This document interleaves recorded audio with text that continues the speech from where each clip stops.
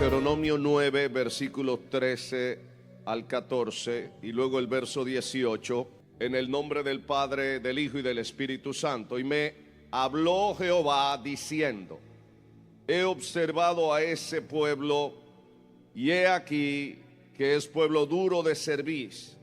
Déjame que los destruya y borre su nombre de debajo del cielo.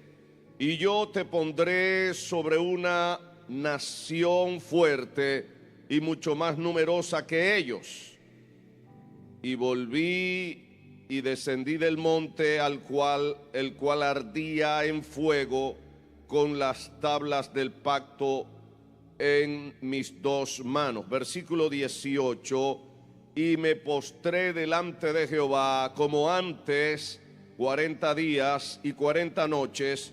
No comí por pan ni bebí agua, a causa de todo vuestro pecado que habíais cometido, haciendo el mal ante los ojos de Jehová, para enojarlo. Padre, gracias por tu palabra. Habla a nuestras vidas y corazones en esta hora, en el nombre glorioso de Jesús. Amén y amén. Pueden sentarse. Quiero presentar un tema que puede para muchos resultar extraño en una noche de aniversario, pero yo quiero hablarte de algo que debíamos considerar seriamente, algo que se llama la cobertura espiritual. A veces no le prestamos atención a esto. Sé que hay gente que ha llevado esto a un extremo de manipulación, y una de las cosas que trato, por lo menos en mi vida ministerial y en mi vida personal, es de no caer en esos extremos. Pero es bueno considerar, aquí en este pasaje, Dios le acababa de decir a Moisés, escúcheme bien: déjame que descienda y acabe con este pueblo, porque el pueblo acaba de ser sacado de Egipto, ser liberado de la esclavitud. Moisés sube al monte Sinaí a recibir las tablas de la ley, y nada más y nada menos, se tarda un tiempito y ya el pueblo abajo le pide a Aarón que le haga un becerro para adorarlo y caer en la idolatría. Y Aarón, que tipifica el tipo de líder sin carácter, el tipo de líder que por estar en el puesto es capaz de vender su alma al diablo, el tipo de líder que simplemente hace lo que la gente quiere, el populista. Aarón es ese tipo de liderazgo, no un liderazgo comprometido con hacer la voluntad de Dios, porque cuando se está comprometido con hacer la voluntad de Dios, se hace lo que Dios dice y se guiará al pueblo adecuadamente en la dirección que el Espíritu de Dios establece y que establece la Escritura. Pero hay gente que se deja llevar del populismo, y lo que el pueblo diga, eso se hará. Y eso es sumamente peligroso.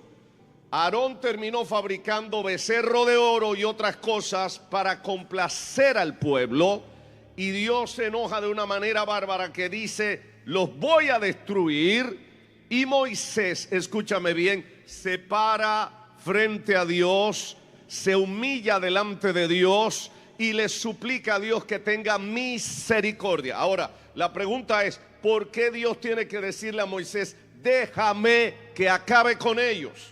Permíteme acabarlos, permíteme quitarlos del medio. ¿Por qué Dios tenía que decirle a Moisés eso? ¿Acaso Dios no podía acabar con todos de un plumazo? ¿Acaso Dios no los podía desaparecer a todos de un plumazo?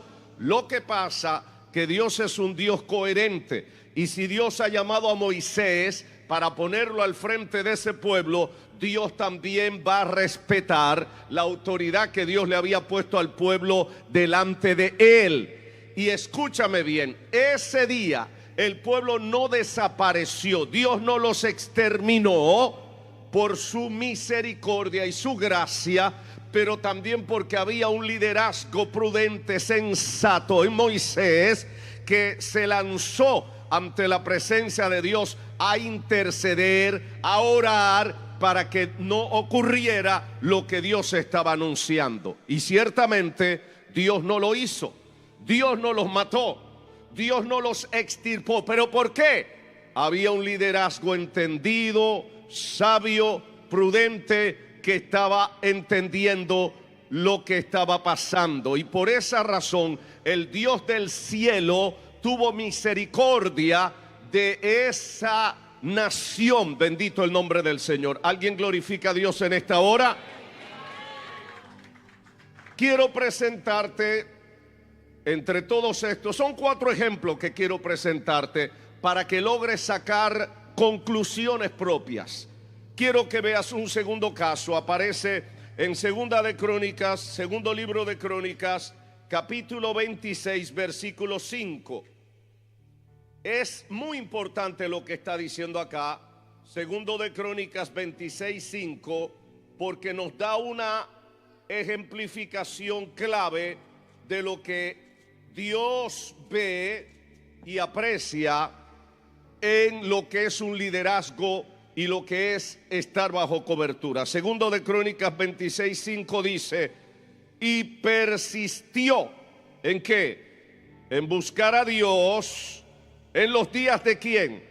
De Zacarías, entendido en visiones de Dios. Y en estos días, oye bien, en que buscó a Dios, ¿qué pasó? Persistió en buscar a Jehová. ¿Qué pasó? Él, no los oigo, él le prosperó. Aquí hay varios elementos. Hay un rey que está gobernando en Judá. Este rey se llama Usías. Comenzó a gobernar desde muy jovencito. Era prácticamente un niño. Dice que tenía 16 años de edad cuando comenzó a gobernar a Judá. Fue uno de los reyes que más largo tiempo gobernó este reino. Y este hombre, mientras estuvo bajo la influencia, escúchame bien, liderazgo es definido básicamente como una influencia positiva, buena, que te guía en la dirección correcta. Ahora el texto está diciendo que mientras este rey persistió en buscar a Dios, en los días de Zacarías,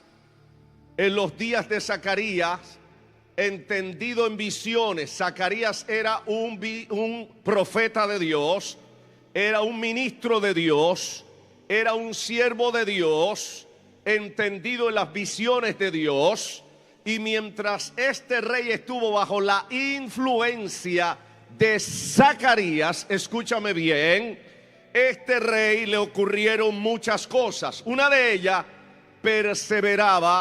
persistía en buscar a Dios. ¿Qué quiere decir eso? Que habían días en que este rey no tenía ánimo de buscar a Dios y se encontraba con Zacarías y Zacarías lo motivaba, y habían otros días que Zacarías también tenía que hablarle y decir: oye, no sea flojo, hay que buscar a Dios, tienes que meterte con Dios, tienes que consagrarte, tienes que sacudirte.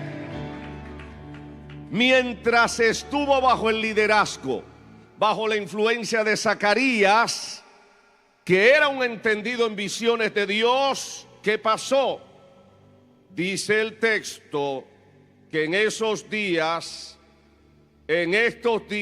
él buscó a Jehová. ¿Y qué pasó? Y él le prosperó. Ocurrieron con esta persona cosas maravillosas. Estaba perseverando, se mantenía buscando a Dios, y como consecuencia Dios lo bendijo, lo prosperó en lo que hacía, lo prosperó en sus habilidades, en su oficio, en su llamado. Pero la clave estaba, number one, en buscar a Dios, pero estar bajo el liderazgo correcto, bajo la influencia correcta. Había alguien que le estaba guiando, había alguien que le decía: no, tú no te puedes quedar, tú tienes que marchar, tú tienes que avanzar, tú tienes que meterte con Dios. Shama Kala Masaya Manda. mientras estuvo bajo esta influencia, buscó a Dios. Cuando se salió de esta influencia, de esta cobertura, de ese liderazgo de Zacarías, si usted lee el capítulo 26 completo, se va a dar cuenta cómo terminó Usías. Cuando se salió debajo de la influencia o el liderazgo de Zacarías, Usías terminó mal. Terminó mal. Fue uno de los mejores reyes que tuvo Judá. De tal manera que Isaías mismo, cuando murió Usías, se vio compungido. Y dice la escritura, en el año en que murió el rey Usías, habla la escritura de eso. Pero este hombre llegó a ser lo que llegó a ser, primero por el propósito de Dios, pero segundo porque se dejó guiar, se dejó ayudar, se dejó discipular, se dejó influenciar de la manera correcta. Estaba bajo la cobertura correcta. ¿Alguien glorifica a Dios en esta hora? Aleluya, dáselo fuerte si es para el Señor. Quiero que veas también lo que está diciendo la escritura en el segundo libro de Reyes, capítulo 12, versículo 2. Segundo libro de Reyes, capítulo 12, versículo 2. Es bastante llamativo lo que está diciendo. Segundo libro de Reyes, capítulo 12, versículo 2. Y Joás hizo lo recto ante los ojos de Jehová todo el tiempo que le dirigió ¿quién? El sacerdote Joiada. Hizo lo recto, se mantuvo en el camino correcto mientras se dejó dirigir por el sacerdote Joiada. Si usted lee el capítulo completo, va a entender el contexto.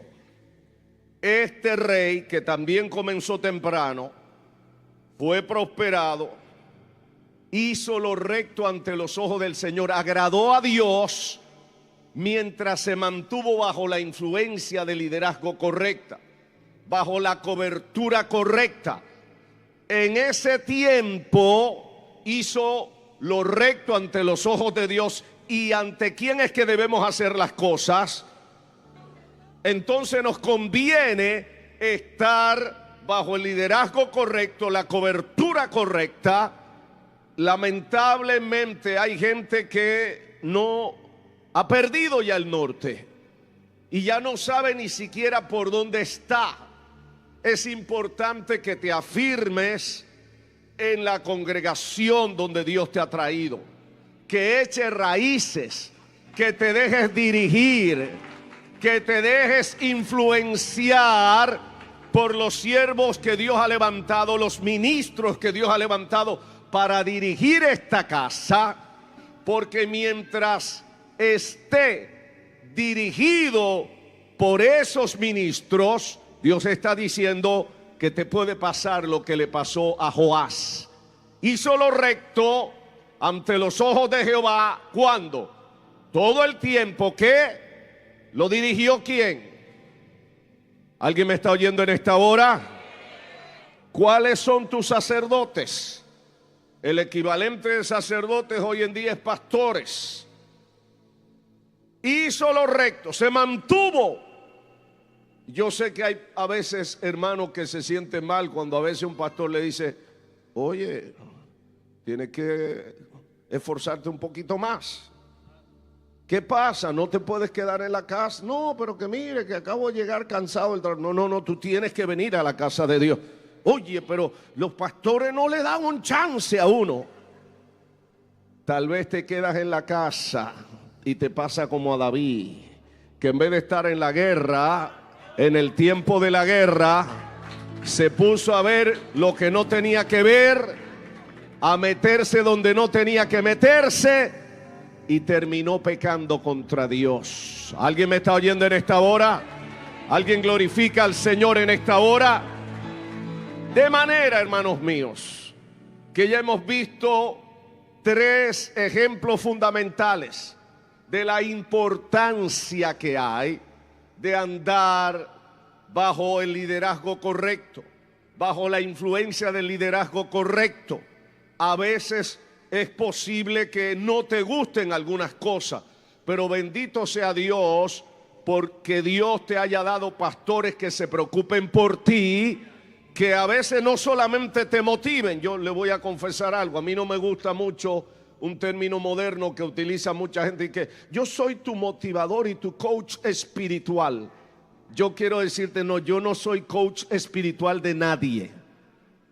Porque un coach, la gente lo dice por ignorancia y como por utilizar una palabra de esnovismo, nueva, una palabra que no es tan religiosa. El coaching nace en la NFL para motivar a los jugadores de fútbol cuando caían en un slump, en una situación que no pegaban una, que no hacían nada, que todo les salía mal, y entonces hubo que crear una especie de motivador especial que trabajara con esta gente y que estuviera directamente trabajando con ellos, y ahí se crearon los coaches, y ahí nace el coaching, ya no para decirle batea así, sino para que estuvieran de cerca y especialmente trabajar con esos jugadores, no solamente de fútbol o del fútbol americano, de béisbol o de cualquier deporte, trabajar con ellos para decirle: lo vas a lograr, tú tienes el poder, tú has hecho muchas cosas importantes, ahora llegó tu mejor tiempo. El problema de eso es que el coaching no mira hacia el pasado. El coaching lo que trae es motivación. El pastorado tiene motivación. Tiene motivación. El evangelio tiene motivación de sobra, hermano.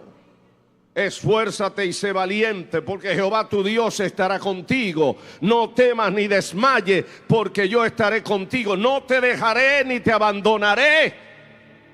La Biblia está llena de eso. Pero escúchame bien, el evangelio no es solamente motivación, el evangelio trae confrontación. Y el evangelio nos dice: tienes que arrepentirte de tu pecado, porque si no te arrepientes vas a terminar en el infierno. Si no cambias de rumbo, el diablo se va a salir con la suya. ¿Alguien me está oyendo en esta hora? Y esa es la razón por la que mucha gente dice: no me gustan muchas cosas, pero es importante que permanezcas bajo el liderazgo de la persona que Dios te ha puesto como pastores, que perseveres, que estés allí, que te unas. Y quiero presentarte dos casos más, un caso más del Antiguo Testamento. Mucha gente se hace la pregunta: ¿por qué Dios permitió que un hombre tan bueno como este joven Jonathan muriera juntamente con su padre, cuando era un hombre que tenía un corazón bonito? Hizo un pacto con David, estaba dispuesto a someterse, a entregar el reino, porque él sabía que Dios era David que estaba llamando al reino. La respuesta tiene que ver porque él permaneció bajo la influencia incorrecta. Su papá se había desviado, estaba endemoniado, y lo que hablaba era de matar, de lanzar lanzas, de quitarle la vida a su enemigo. Ya se había olvidado de la vida piadosa, y Jonatán permaneció allí a pesar de... Debió confrontar a su padre, aunque podía arriesgar la vida, pero como permaneció en una situación que entendemos de fidelidad a su padre, terminó también mal como su padre. ¿Alguien me está oyendo en esta hora? ¿Alguien me está oyendo en esta hora? Ahora quiero ver en el Nuevo Testamento cuál sería el equivalente de este asunto de cobertura, de por qué es tan importante. En el Nuevo Testamento se habla del discipulado, de ir y hacer discípulos a las naciones, bautizándolos en el nombre del Padre, del Hijo y del Espíritu Santo. Pero hay ese hacer discípulo. Pablo habla de hacer discípulos por generaciones. Le dice Pablo a Timoteo en 2 Timoteo 2:22, lo que has oído de mí ante muchos testigos de mí, ante muchos testigos, encarga a hombres fieles que sean idóneos para enseñar a otros.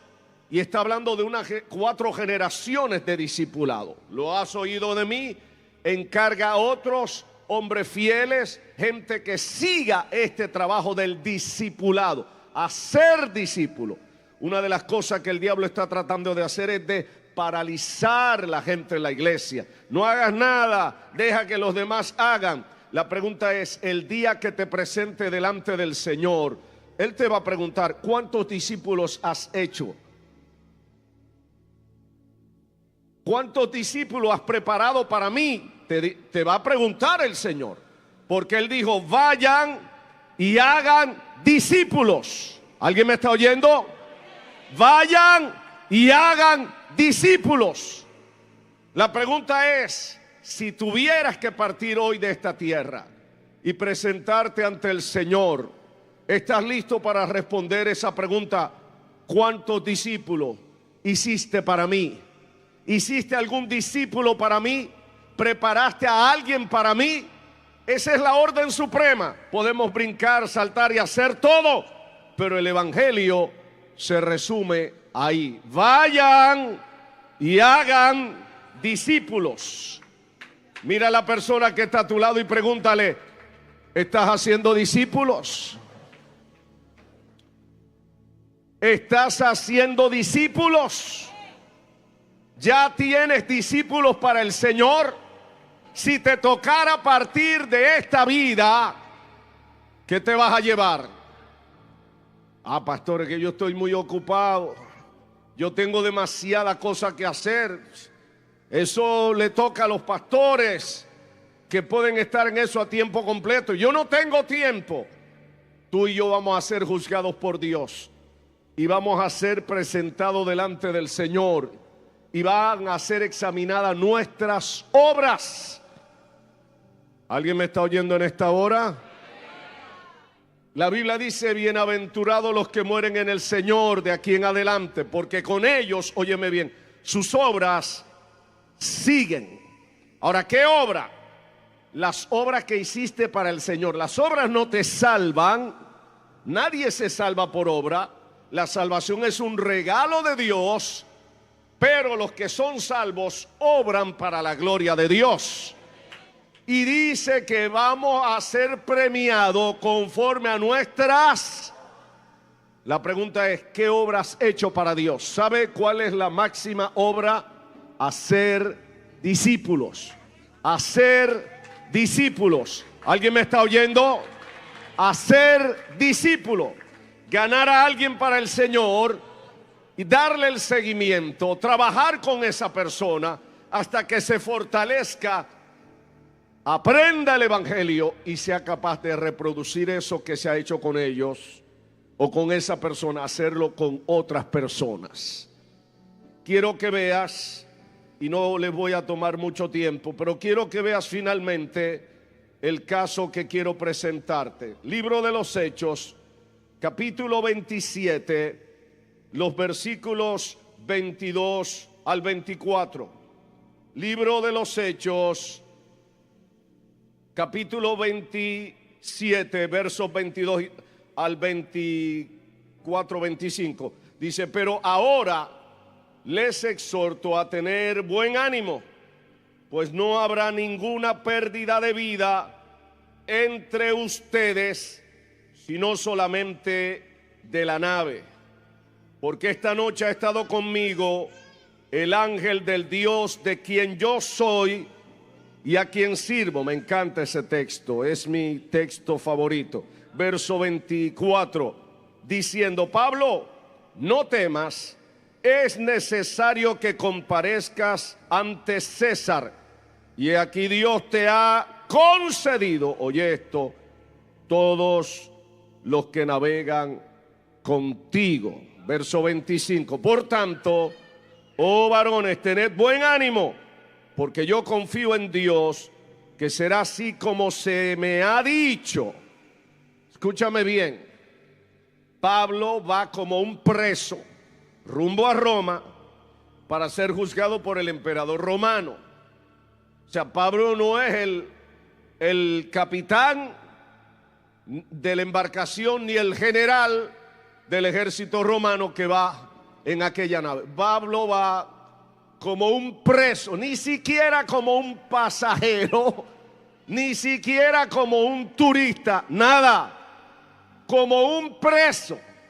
Pero se arma una tremenda y terrible tempestad, la nave casi perece y finalmente la nave perece. Tienen que deshacerse de los alimentos y de todo. Pasaron una gran cantidad de días sin ver el sol, sin ver nada, ni sol ni estrella. Y en una de esas noches se le aparece el ángel del Señor. Le dice: Pablo, no temas. Y los que andan contigo, los que navegan contigo, miren, lo contrario, debía ser lo contrario. Como tú navegas con ellos, como tú eres un preso del general o del capitán que va al frente de la nave, no, delante del cielo, óyeme bien, las cosas se ven desde otra perspectiva. El cielo lo ve de una manera completamente diferente. Y en vez de ser Pablo que va como un preso más, ni siquiera como un pasajero, el cielo dice: los que navegan contigo. Ellos son los que navegan contigo. Y óyeme bien, Pablo, porque ellos navegan contigo, se van a salvar. Si tú no estuvieras en la nave, se mueren todito. Yo creo que algunos no lo han entendido.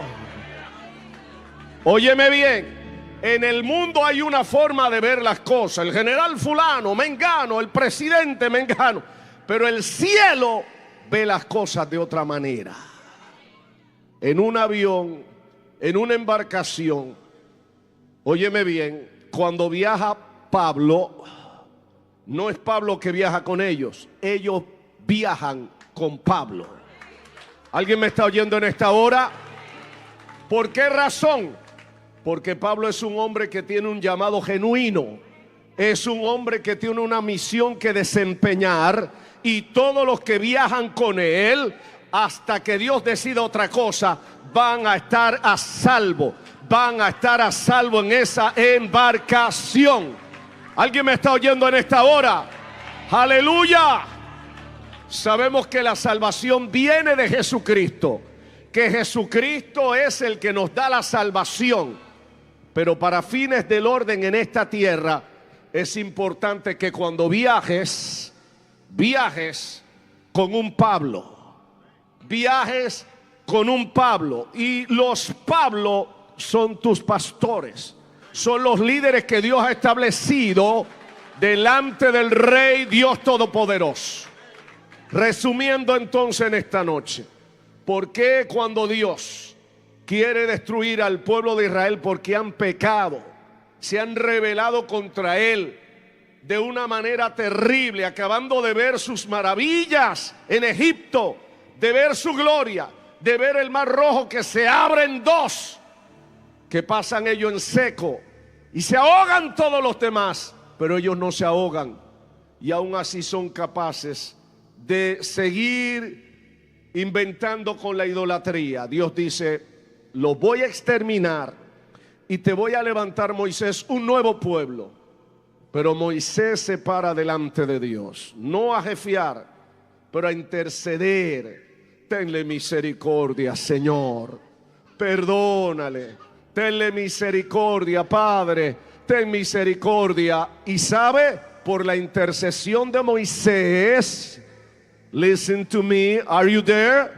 ¿Hay alguien aquí? Por la intercesión de Moisés, un hombre entendido, prudente, Dios no exterminó a aquel pueblo. Tener gente entendida al frente de ti como líderes tuyos es una ventaja que mucha gente no ha entendido todavía. Pero qué bueno que aquí hay gente que lo entiende. Aleluya. Alguien glorifica al Señor de verdad. El caso del rey Usías. Comenzó a reinar siendo un chamaquito, pero mientras estuvo bajo la influencia, bajo el liderazgo de Zacarías, entendido en visiones de Dios, un ministro de Dios que muchas veces le dijo: no, no es así, es de esta manera, pero yo soy el rey, pero usted es un muchacho y Dios me puso a instruirlo a usted.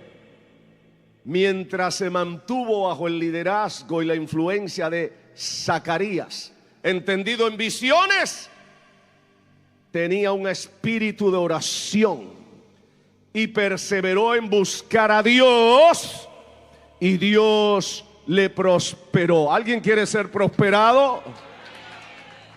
Te vine a dar una llave de prosperidad, porque hoy en día se habla mucho de prosperidad, pero de una manera falsa. Te estoy dando una clave de prosperidad. Mantente firme en tu iglesia. Mantente firme en el liderazgo que Dios te ha dado. Honra a tus líderes, a tus pastores. No son perfectos, porque cuando encuentres una iglesia perfecta con pastores perfectos, avísame para ver si yo me mudo para allá también. El problema es que la vamos a dañar si es que aparece alguna, porque vamos a llegar gente imperfecta. Amén. Tercero, otro de aquellos reyes, mientras se mantuvo bajo el liderazgo que Dios le puso, se mantuvo en el lugar recto, caminando rectamente, y vio la mano de Dios obrando en su vida. Jonatán terminó de la manera que no estaba llamado a terminar, porque no tuvo discernimiento, y lamentablemente pudo haber confrontado a su padre, arriesgar algo, pero no lo hizo y terminó en el pecado también de su padre. Pero en el Nuevo Testamento vemos cómo Dios nos llama a ser discípulos y a caminar en discipulado. Ser discípulo. Nadie que no es discípulo puede realmente hacer discípulos. Por eso es importante perseverar en la casa donde Dios te ha establecido. Y aquella gente que viajaba en aquella embarcación, donde Pablo era uno más del montón, aparentemente era un preso, probablemente uno más de los tantos presos que había. Pero cuando se armó el lío, el cielo habló, y el cielo lo que dijo es: Pablo, no tengas miedo, porque no va a perecer ninguno de los que viajan contigo. ¿Por qué razón?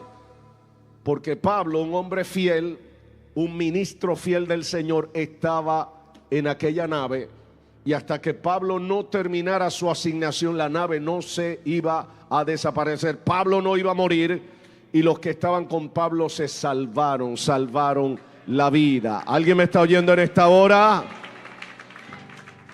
Ponte de pie, ojalá que pueda sacar conclusiones. Creo que no tengo que hablar mucho.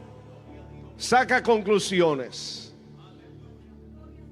Hazte la pregunta: ¿estoy viajando con Pablo en la embarcación? Esta es una embarcación. La embarcación no se va a hundir mientras hayan Pablos al frente de la embarcación. Por eso es importante aprender a honrar. Es importante aprender a interceder por tus pastores, por tus líderes. Ellos luchan batallas que a veces no te imaginas. Parece todo fácil, la vida pastoral fácil. Yo lo invito a cualquiera que se enganche a pastor.